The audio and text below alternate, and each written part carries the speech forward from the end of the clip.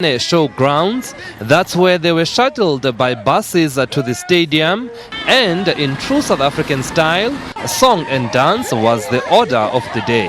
Wow, I'm so excited. I'm so excited, and I'm hoping that Cyril Ramaphosa is gonna do the right thing. We are very excited to be here. We woke up very early at 4 o'clock just to prepare ourselves and say, hi, Presi. It's a very honoring moment to me because I'm expecting a lot from our president.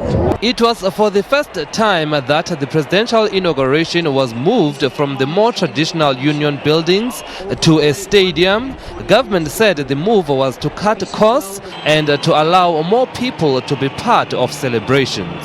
Many of the people here have described attending the presidential inauguration as a moment of pride for the country, but also that of hope for change and improved service delivery. With high hopes and expectations, President Ramaphosa seems to have a tough task ahead of him.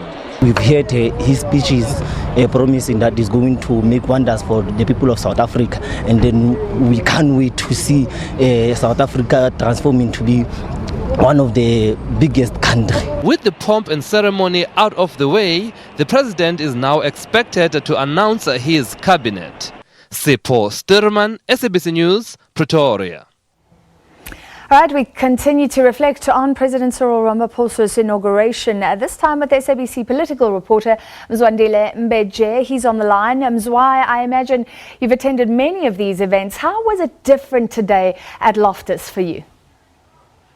Well, good evening to you, Francis. Obviously, the first thing that made it different was that it was not held at the Union Building. It was at the stadium. It was the first time in a democratic South Africa that an occasion of this nature is held at the stadium. And of course, I think people felt a bit closer. Remember, when we are at the Union Buildings, people are quite far away at the lawns, and it's only the dignitaries that are really closer to the action at the amphitheater. So this event did appear to really bring people closer. So everyone was in a place which felt a bit more compounded than others. And we saw him dancing with those performers in traditional garb. I guess the stadium opened space for the president to move around, but everyone to be there with him as well.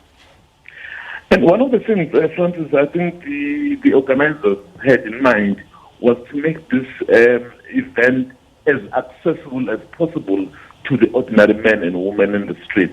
And of course, they wanted every South African to feel the part of the occasion. So it was very important for the president really to be seen, not only to be seen with his peers, the heads of state, there on the high table, but also going down to the masses, even when it was the time for him to go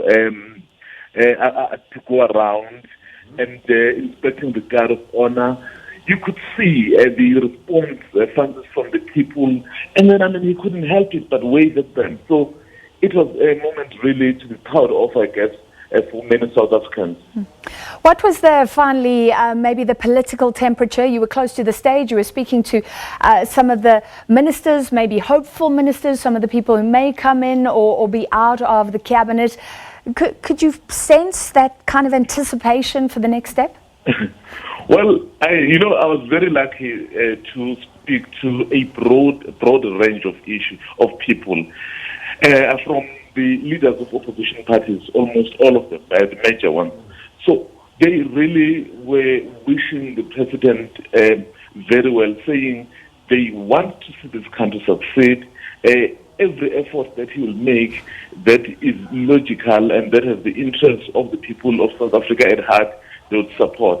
And of course, Francis, as you know, we did speak to many who I would call now former ministers and former deputy ministers, because remember, once the president is sworn in as the president, so he basically assumes all the executive authority. That's why he then will have to appoint his cabinet. So when I interacted with them, obviously there is that line to say, well, it's not in our hands, it's the prerogative of the president. They tried to put a brave face, but you could see that it is really a nervy moment because no one is sure what is going to happen.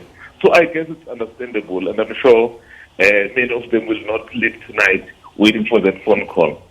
All right, Mzwandile Mbeje, thank you very much. President Ramaphosa's neighbours in Chiawelo and Soweto have wished him well.